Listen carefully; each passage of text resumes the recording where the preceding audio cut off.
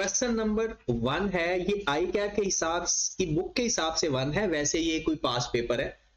मैं जो आपको वीडियो के अंदर जब ये सवाल भेजूंगा तो नीचे पास पेपर का भी रेफरेंस लिख दूंगा कि ये कौन से सब साल का पास पेपर है और उसका क्वेश्चन का नंबर क्या है। हाँ जी, based on optimum production mix, based on optimum production mix. Optimum का मतलब है जहां पर हमें बेनिफिट हो, बेनिफिशियल, ज्यादा बेनिफिट हो। Compute net profit for the month of Feb 12। आपको लिखा हुआ है कि BL is engaged in the manufacturing and sale of 3 product, pentagon, hexagon and octagon. Following information is available from the records for the month of Feb। एक महीने की information बता दी। Sale price per unit, material cost per KG. इस चीज को बड़े ध्यान से देखा करो, ये क्या लिखा हुआ है, रुपीज 250। अच्छा, इसका मतलब है ये पर केजी भी है और पर यूनिट भी बन जाएगी, क्योंकि आगे तो वही लिखा हुआ है ना, cell price per unit given है। ये सेल प्राइस पर केजी है, 1 केजी की 250। फिर लेबर टाइम पर मिनट, और आगे क्या लिखा हुआ है, मिनट। तो इसका मतलब है ये टाइम है, 20 मिनट, 30 मिनट और 45 मिनट। उसके बाद बुक है ना आपके सामने, तो वो ये पर्दा हटा दो ना, या लाइट ऑन कर लो, ये अपने मोबाइल की लाइट ऑन कर लो ताकि जनरेटर ऑन होने तक ना साइकिल।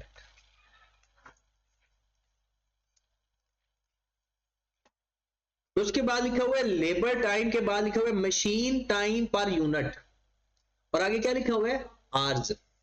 ये भी टाइम है, ऊपर वाला मिनट में टाइम है और ये वाला टाइम आवर्स में है। नेट वेट पर यूनिट 6, 4, 5 इतने केजी। और यील्ड, यील्ड का मतलब है हमें जितना हम इनपुट करते हैं हमें आउटपुट कितना मिलता है, 90%। इसका मतलब है 10% जाया होता है, 95% और 90।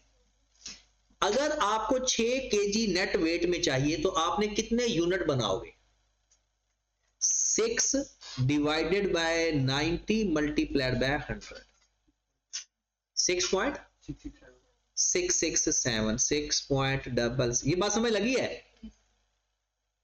उसके बाद 4 यूनिट आपको चाहिए जो कि 95% यील्ड होगा, मतलब 5% जाया हो जाएंगे। तो आपको फिर क्या 4 ही बनाने चाहिए। अगर 4 ही बनाओगे तो उसका तो 95% यील्ड होगा, वो तो 4 से कम हो जाएगा। हमें 4 से ज्यादा बनाने चाहिए, तो क्या करेंगे, 4 तो 95% है, तो 4 डिवाइडेड बाय 95 मल्टीप्लाइड बाय 100 कितना, 4.21 ही आ रहा है। फिर 5 केजी आपको चाहिए, 5 यूनिट आपको चाहिए, 92% यील्ड है, तो डिवाइडेड बाय 92 मल्टीप्लाइड बाय 100, 5.4। इतने यूनिट्स हम बनाएंगे, कॉस्ट इतने यूनिट्स की आएगी। Each worker is paid monthly wages 15,000 रुपए, एंड टोटल पर मंथ कितने घंटे होते हैं, 2200, 200 घंटे। तो आप बता सकते हैं 1 घंटे का रेट हमें कितना पड़ रहा होगा। कहता है 15,000 हम महीने में देते हैं और 200 घंटे काम करवा रहे हैं, कितना, 75 per hour. BL total overhead are estimated 20% of the material cost। उसके बाद वो कहता है fixed cost are estimated 5 million.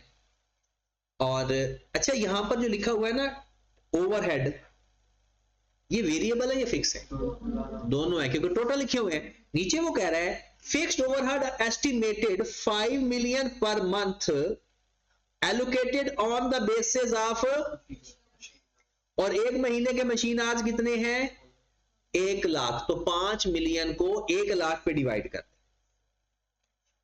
5 million divided by 1 lakh, 50 पर मशीन आर, क्योंकि मशीन आर के ऊपर डिपेंड। सवाल हमारा हो गया, सबसे पहले कहता है ऑप्टिमम प्रोडक्ट मिक्स बताएं, मतलब हम कौन सी चीजें बनाएं कि हमें प्रॉफिट ज्यादा से ज्यादा हो। ठीक है, तो सबसे पहले तो क्या फाइंड करते हैं, कंट्रीब्यूशन। लेकिन इसमें लिमिटिंग फैक्टर क्या है, यहां पर देखिए इसके अंदर आपको लिमिटिंग फैक्टर क्या लग रहा है। कहते हैं पहली बात, each worker is paid monthly and worker total per month 200 घंटे and total overhead are this. उसके बाद वो कहता है fixed overhead are estimate 5 million और 10,000 अवेलेबल, इससे ज्यादा नहीं है। तो बिस्मिल्लाह करते हैं, बाकी तरीकाकार सारा वही है। सबसे पहले आप लोग फाइंड कर लो कंट्रीब्यूशन पर यूनिट, क्या क्या नाम है, PHO,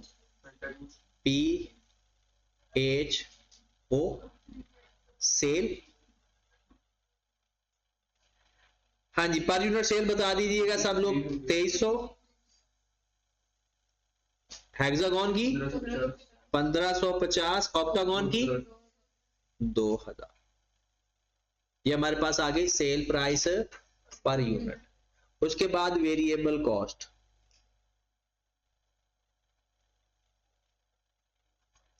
सबसे पहले material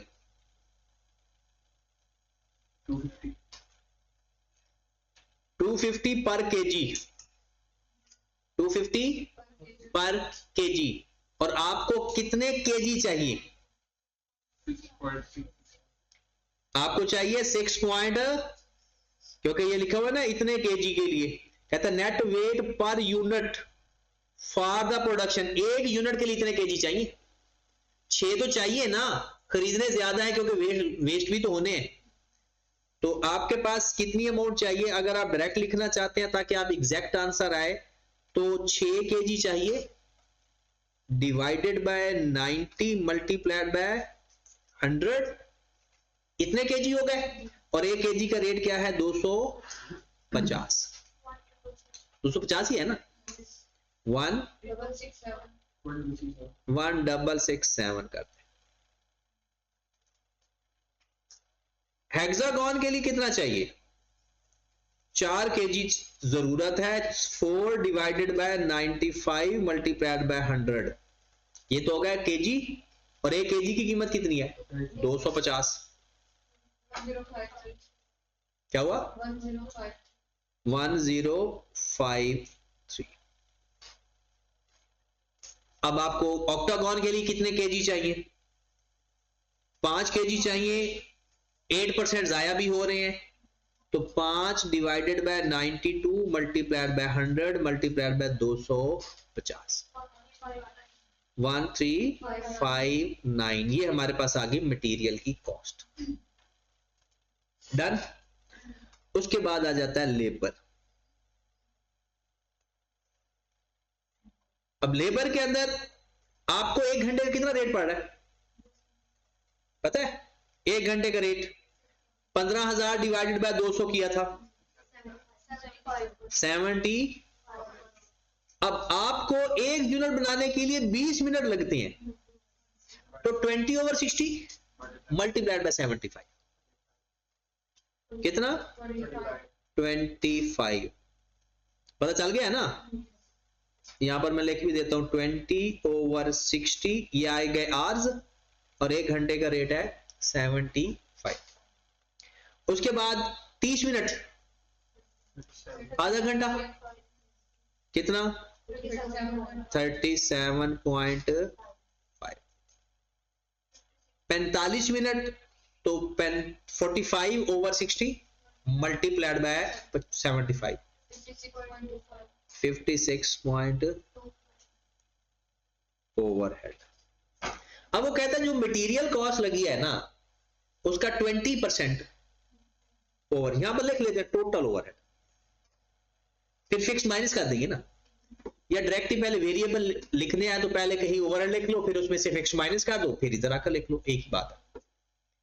total overhead 20% of material cost है, तो 1667 मल्टीप्लाइड बाय 20%, कितना?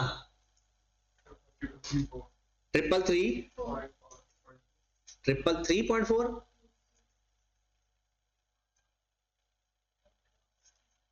फिर उसके बाद 1053 मल्टीप्लाइड बाय 20%, 211 बस। और 1359 का 271.8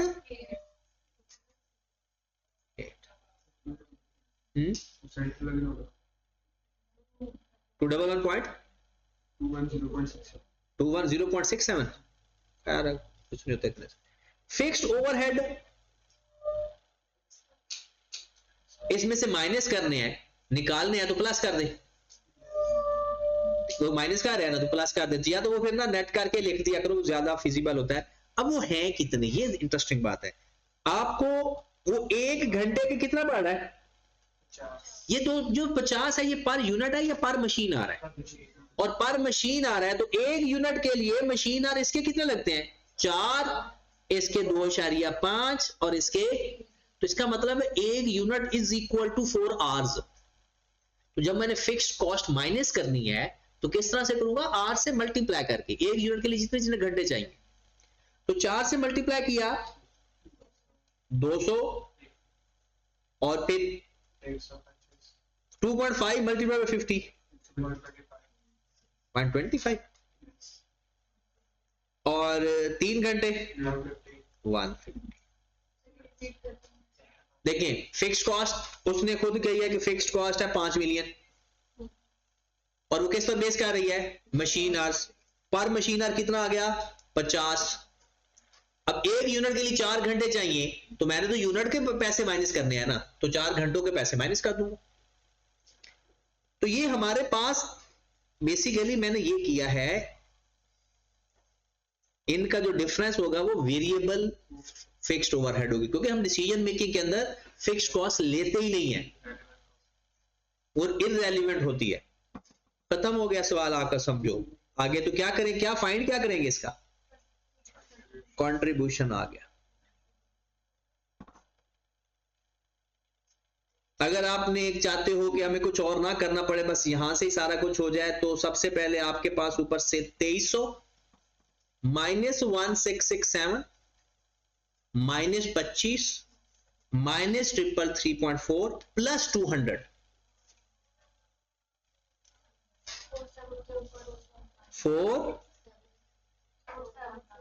474 पॉइंट को भी हम छोड़ देते हैं। 1550 माइनस 1053 माइनस 37.5 माइनस 211 प्लस 125। ये प्लस, ये ना सोचना कि मैं फिक्स कॉस्ट प्लस कर रहा हूं, समझ लगी है ना? कितना? 373, चलो 374 कर दे। उसके बाद 2000 minus 1359 minus 56.25 minus 271.8 plus 150 46। Got it? अब इसके बाद स्टेप बताया कौन सा होता है? Contribution, limited factor per unit, limiting factor पर, ये मैं मशीन आवर्स पर यूनिट लिखा है क्योंकि लिमिटिंग फैक्टर है मशीन आवर्स। तो 1 यूनिट के लिए कितने मशीन आवर्स चाहिए? 4, 2.5। फिर इसके बाद क्या फाइंड करेंगे? कंट्रीब्यूशन पर मशीन आवर्स। करो जरा डिवाइड। 11 8.5 149.6 154.3। उसके बाद रैंकिंग, हाँ जी, किसका सबसे ज्यादा कंट्रीब्यूशन आ रहा है? किसका?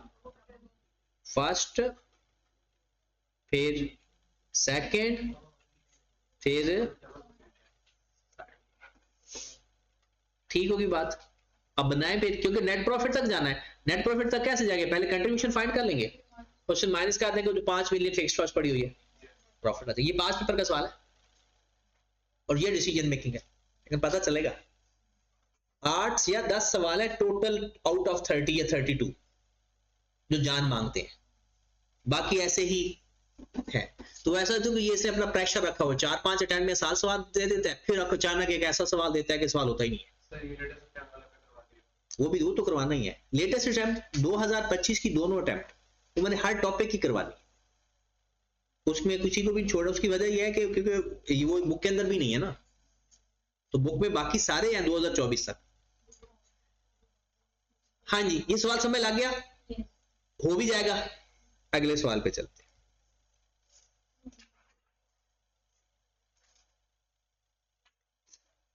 वो आगे प्रॉफिट फाइंड कर लोगे ना। आई कैप के फॉर्मेट को नहीं फॉलो करना, मैं फॉर्मेट लिख देता हूं ताकि आपको याद रहे। सबसे पहले हमने कुछ इस तरह से लिख देना है, यहां पर लिख लेना है टोटल मशीन आवर्स। कितने मशीन आवर्स? 1 लाख। पहले किसको बनाओगे? ऑक्टागन। यहां पर लिख लेते हैं यूनिट्स, यहां पर क्या लिखेंगे? Contribution per unit. ऑक्टागन कितनी डिमांड है?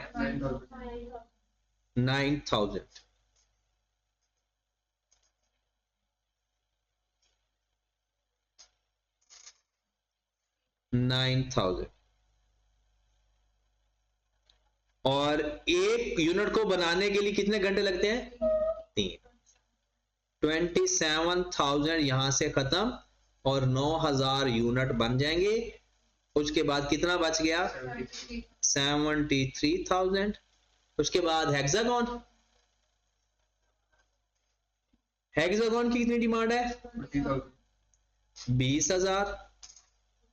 और एक यूनिट को बनाने के लिए चाहिए 2.50,000। और यहां यूनिट कितने बन गए? 20,000। 23,000 बच गया। फिर क्या है? डिवाइड किस पे करेंगे? 4 पे कितने यूनिट बन सकते हैं? 5 7 गया 23,000 यूनिट। ये है, नाम क्या है इसका? पेंटागन। आउटसोर्स की तो ऑप्शन ही नहीं है ना। अब क्या कर देंगे? सबका कंट्रीब्यूशन पर यूनिट लिखते हैं। अब ये पर आर नहीं लिखना, पर यूनिट लिखना है आपको। ये सारा सवाल आपका हो चुका होता है इस टेबल में। 474,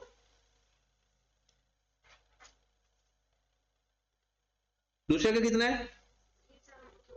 374। और तीसरे का कंट्रीब्यूशन पहले का 474 नहीं है। अच्छा, पहला 463 है, माजरत।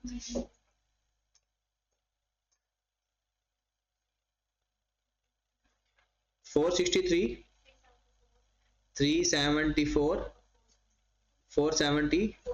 अब क्या करेंगे? क्या इनको मल्टीप्लाई करके आगे लिखेंगे। यहां पर भी मल्टीप्लाई, यहां पर यह आ जाएगा टोटल कंट्रीब्यूशन, और यहां पर फिक्स्ड कॉस्ट माइनस कर दोगे जो कि 5 मिलियन गिवन है। लेबर नहीं माइनस करेंगे, लेबर ऊपर ऐड हो चुका है। तो ये हमारे पास नेट प्रॉफिट आ गया। डन। अगले सवाल पे हैं जरा। सारे सवाल इसी पैटर्न पे हैं जी। यहां पर देखिए,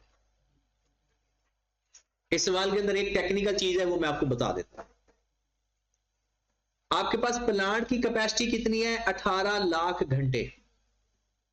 लिमिटिंग फैक्टर आ गया, सेल प्राइस हो गई, लेबर आवर्स पर यूनिट हो गया, लेबर आवर्स पर यूनिट, तो ये नंबर ऑफ आवर्स हैं। Variable overhead per unit, machine hours per unit. यहां पर देखें, डिमांड, मिनिमम प्रोडक्शन रिक्वायर्ड। क्या करेंगे? सबसे पहले इन 1-1 लाख को पूरा करेंगे, फिर जो बचेंगे फिर उसके ऊपर डिसीजन मेकिंग अप्लाई करेंगे, फिर वो रैंकिंग के हिसाब से चलेंगे। लेकिन ये टोटल डिमांड है, इसका मतलब 1 लाख इसके अंदर ही है। ये फिर 1,10,000 पूरा करोगे, यहां इसका कितना पूरा करोगे? 50,000 और इसका कितना पूरा करोगे, यानी कि 1 लाख भी पूरा कर लेना। फिर उसको यहां क्या लिखा हुआ है, डिमांड मिनिमम प्रोडक्शन रिक्वायर्ड, इतनी रिक्वायर्ड है, मतलब हो सकता है आपके पास पहले सब कुछ खत्म हो जाए और 1 यूनिट बने ही ना, 1 लाख सारा बनाना है। फिर उसके बाद other relevant information is cost of monthly payroll that is fixed, क्योंकि इसके अंदर आपको कुछ नहीं बताया पेरोल के अंदर कि ये कितने घंटों का है, कितने टाइम का है, या कितने यूनिट्स का है। पिछले सवाल के अंदर क्या था, 15,000 है, 200 घंटे हैं, इसका मतलब वो आवर्स पे बेस कर रहा था। इसमें कुछ भी नहीं बताया हुआ ना तो यूनिट, तो फिर हम कैसे एलोकेट करेंगे, तो इसलिए हमने इसको इसमें फिक्स्ड कॉस्ट लेना है और इसको इग्नोर कर देना। Fixed overhead are 1,10,000 per month allocated on the basis of machine hours. यहां पर अगर आपको फिक्स्ड कॉस्ट की जरूरत पड़े तो ये जो 18 लाख रुपए है ये 1 महीने की कैपेसिटी है या एनुअल कैपेसिटी, और ये जो 1,10,000 है अगर हमें इसको चाहिए तो फिर इसको 12 से मल्टीप्लाई करके 18 लाख पे डिवाइड करेंगे, तो पर मशीन आवर हमें जरूरत नहीं पड़ेगी इन दोनों की। भला क्यों, आपको ओवरहेड कौन सी गिवन है, अगर प्रॉफिट यहां पर फाइंड क्या करना है, number of units produced of each size, खत्म। तो इन दोनों की हमें जरूरत ही नहीं पड़नी, कंट्रीब्यूशन ऊपर से आ जाएगा, खत्म हो गया सवाल, हो जाएगा पक्का। चलिए क्वेश्चन नंबर 3 पे है।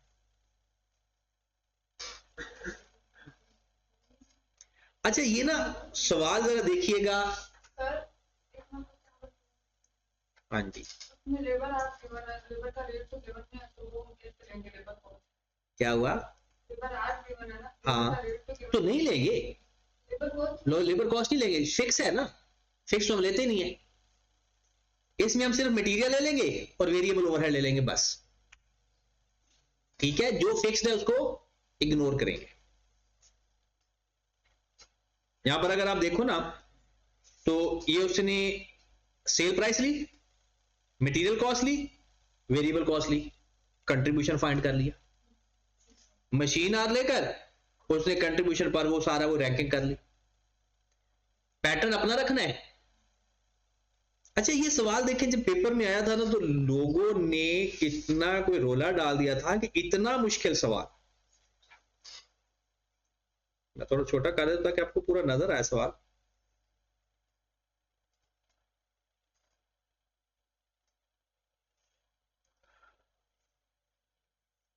अभी लगता पूरा नहीं हो रहा, चले मान लें कि बुक तो आपके पास है ना। अब इसके अंदर की इतना सवाल बड़ा, लोगों ने ये समझा कि ये परेशान कुन मामला है, इतना बड़ा सवाल क्या आएगा, लोगों ने पहले काम ही क्या करते हैं, एंड पे करेंगे, एंड तक टाइम ही नहीं बचता। डिसीजन मेकिंग का सवाल, वैसे कॉस्ट अकाउंटिंग के सवाल के बारे में एक बात आप जरूर जान लें कि कोई भी सवाल मुश्किल नहीं होता, लेंथी भी नहीं होता, सिर्फ अंग्रेजी है। इसके अंदर वो क्या कहता है, determine maximum profit that can be earned, that मतलब प्रॉफिट ही फाइंड करना है इन दिस सिचुएशन। अब आपके पास इस सवाल के अंदर जो सवाल का मेन प्रॉब्लम था,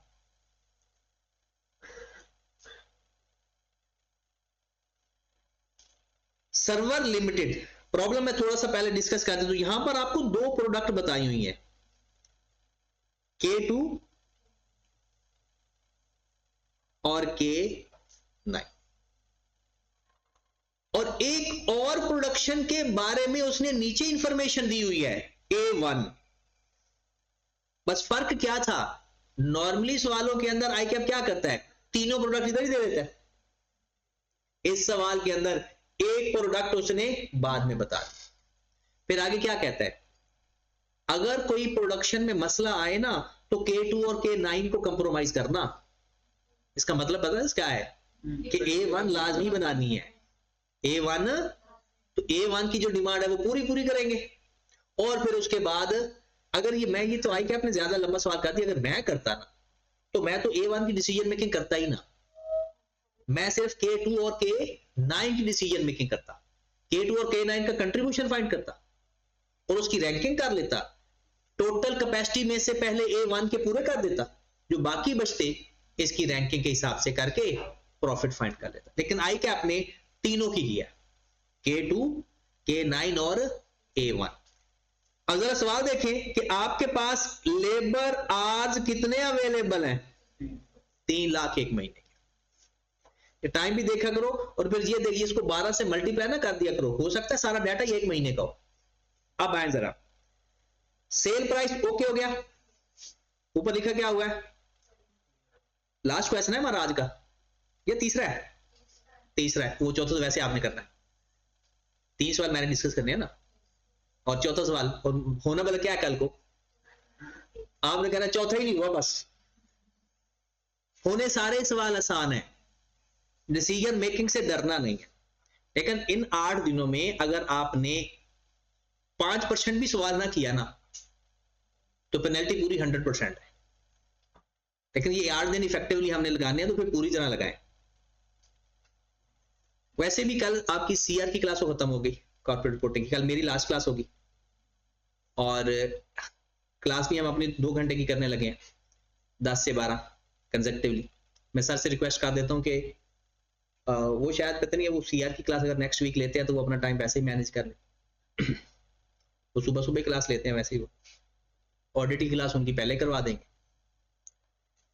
ताकि टाइम मैनेज हो जाए। और अगर क्लासेस उन्होंने ना ली तो फिर तो वो ले रखेंगे वो क्लासेस, क्योंकि उन्होंने 2-3 टॉपिक अभी करवाने हैं। सवाल, सेल प्राइस ओके होगी बात, डायरेक्ट मटेरियल भी पर यूनिट ओके हो गया, लेबर आवर्स, डायरेक्ट लेबर ये पर यूनिट अमाउंट है और ये 300 रुपए पर आवर। तो क्या बता सकते हो एक यूनिट के ऊपर कितने घंटे लग रहे होंगे डिवाइड करके? इसके ऊपर कितने घंटे लग रहे होंगे? 1500। और उसके ऊपर ऐसा मतलब क्यों फाइंड किया पर यूनिट आर? क्योंकि हमारी जो लिमिटिंग फैक्टर है वो लेबर आर है, तो हमें पता होना चाहिए एक यूनिट के ऊपर कितने लेबर आवर्स रिक्वायर्ड है। आगे चलते हैं, variable production overhead based on, अच्छा ये अमाउंट बताई हुई है, पता है ये कितने घंटों की बताई हुई है? 1500 घंटे की, क्योंकि क्या कह रहा है कि वेरिएबल ओवरहेड भी किसके ऊपर बेस कर रही है? लेबर आवर की अमाउंट के ऊपर नहीं, लेबर आवर्स के ऊपर।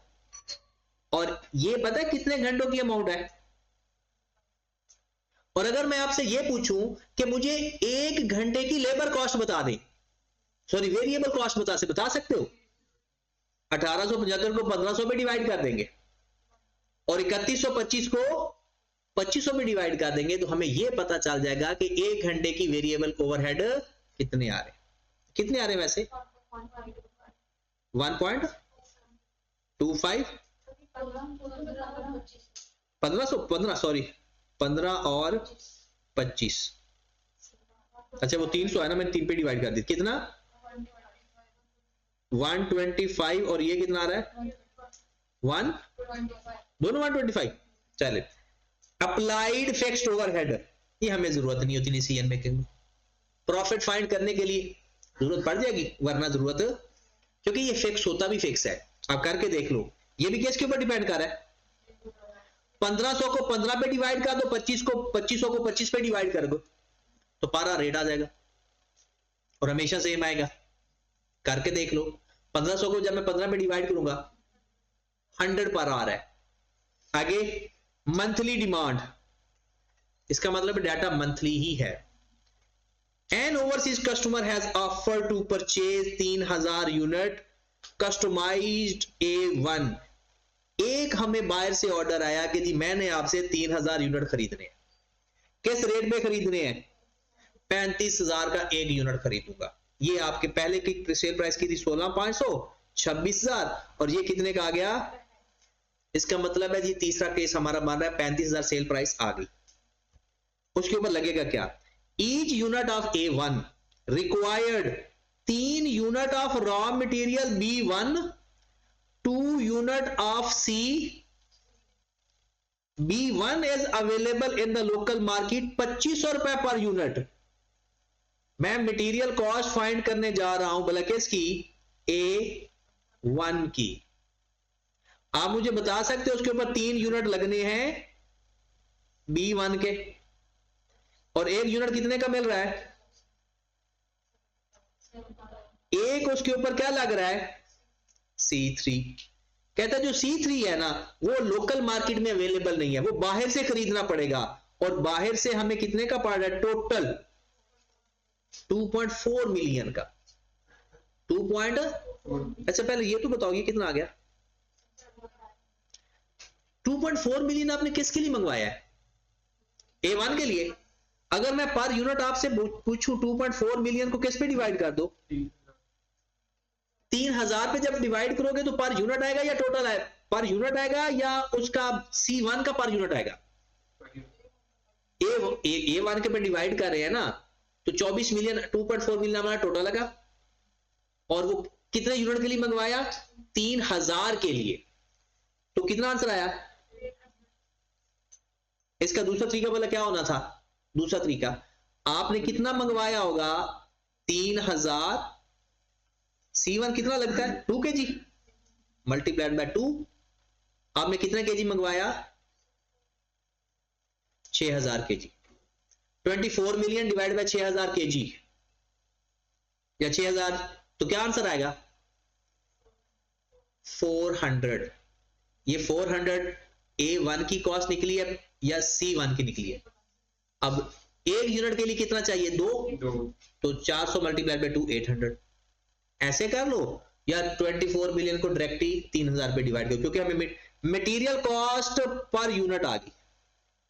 डन। आगे बढ़ो। फिर 1 यूनिट को बनाने के लिए 35 घंटे चाहिए। क्या आपके पास 1 घंटे की वैल्यू बताई हुई है? 300 रुपए। सवाल अपने सामने रखो ना, है ना 300 रुपए कहीं ना कहीं मिला? 1 घंटे का रेट नहीं मिला? मिल गया। तो 35 को 300 से मल्टीप्लाई कर दूंगा तो पर यूनिट का रेट आ जाएगा। लेबर भी आ गया, मटेरियल भी आ गया, और लेबर भी आ गया। आगे बढ़ो। फिर a specialised machine would be hired for 5। अच्छा इंटरेस्टिंग बात यहां पर आप भूलोगे भला क्या? ओवरहेड भूल जाओगे। ओवरहेड बताए नहीं हुए। ओवरहेड को यह बताया हुआ है कि जितने लेबर आवर्स होंगे और पर ओवरहेड का रेट उससे मल्टीप्लाई हो जाएगा। तो ये 35 घंटे चाहिए, 300 से मल्टीप्लाई करूंगा मैं तो आ जाएगा लेबर, और ये जो आपने इसको डिवाइड करके नहीं पर आवर रेट निकाला, इसका कितना निकाला था? 125। तो 125 पर आवर ओवरहेड का भी तो रेट है।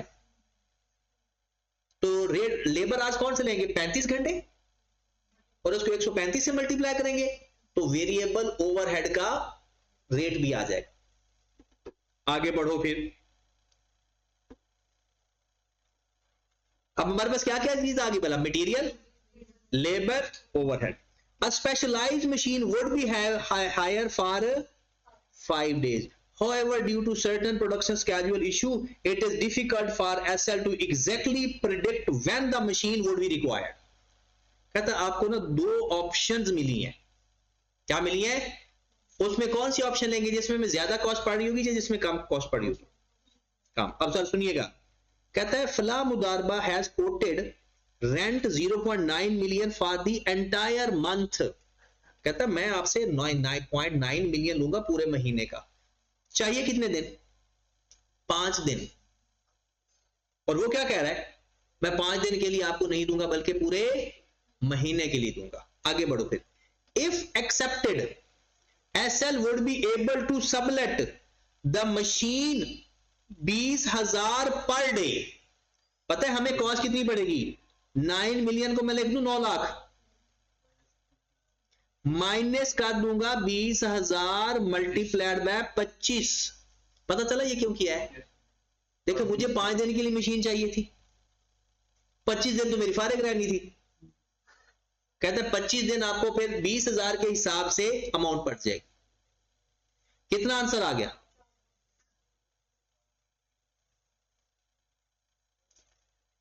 दूसरा केस, वो कहते हैं एक और बंदे से पता किया टेक रेंटल वालों से, वो कहता है कि भाई जब चाहिए दे देंगे, लेकिन एक दिन का किराया कितना लेंगे, 57,000 अवेलेबल फॉर व्हेन रिक्वायर्ड। तो हमें कितने दिन के लिए चाहिए, तो 57 को 5 से मल्टीप्लाई करो, कितना आता है 280। बताओ हम रेंट पे लें, वो महीने वाला रेंट पे लें या 5 दिन वाला रेंट पे लें, 5 दिन वाला रेंट पे लेंगे। तो ये रेंटल कॉस्ट कितनी आ जाएगी 285। समय लगी। अब हमारे पास सेल्स अब की है, मटेरियल लेबर ओवरहेड कंट्रीब्यूशन आ जाएगा। कंट्रीब्यूशन में वैसे तो रैंकिंग हमें K2 और K9 की करनी है, क्योंकि क्या पर लिखा हुआ है, the management believe that it can increase या decrease the production of K2 K9 if, इसका मतलब है वो तो बनानी है। और वैसे भी रैंकिंग के हिसाब से भी मुझे लगता है कंट्रीब्यूशन उसका ही ज्यादा आएगा। आप देखें जरा, मैं यहां से पेपर में आपने नहीं देखना, ये मैं आपको दिखा रहा हूं सोल्यूशन, क्योंकि ताकि टाइम थोड़ा है, तो पेपर में आपने खुद बगैर सोचे से नहीं करना है, एक नजर भी नहीं देखना, सिवाय इसके कि सोल्यूशन एंड पे मैच करना है बस, वरना आपकी डिसीजन मेकिंग की तैयारी नहीं होनी। याद रखें, अगर ये आप पर ही है, आप तैयारी करना चाहते हो, तो ये तरीका मैंने बता दिया। क्या करेंगे, आपके पास सेलिंग प्राइस आपकी गिवन है, वेरिएबल कॉस्ट इसने लिखा है material labour overhead, material labour overhead, और इसकी वर्किंग वन दिखा रहा है आपको, ये देख रहे 7500 800, फिर वो 300 रुपया 35 घंटे के हिसाब से, और इसको उसने डिवाइड करके किया है। बात वही है, 125 मल्टीप्लाई बाय 35 करके देख लो, यही आएगा। ठीक है, उसके बाद अच्छा आपको कि सर हमने तो 285,000 निकाला था, यहां तो 95 लिखा हुआ है। भाई ये 3000 यूनिट का है, तो हमें तो पर यूनिट चाहिए ना, तो ये वेरिएबल कॉस्ट किसकी आ गई, A1 की। और वापस चलते हैं, वेरिएबल कॉस्ट के बाद कंट्रीब्यूशन आ गया, फिर लिमिटिंग फैक्टर आ गया, फिर पर यूनिट, फिर रैंकिंग, फिर उसी हिसाब से वो आगे फर्दर उसी तरह से। ठीक होगी बात। तो ये 3 सवाल, चौथा सवाल आपने, ये बहुत आसान सा सवाल है, ये आपने करना है, और 4 सवाल प्लस 1 लेक्चर 8 दिन सिंसियरली देने हैं। मैं अभी जाकर ना आपको लेक्चर शेयर करता हूं, सिंसियरली देने हैं, कुछ भी समझ ना आए, वैसे भी आगे क्लास भी हमारी 2 आवर्स की हो जाएगी, तो तसल्ली हो जाएगी आपकी। ठीक है, तो परेशानी नहीं लेनी इसमें। देखिए परेशानी किस बात की है,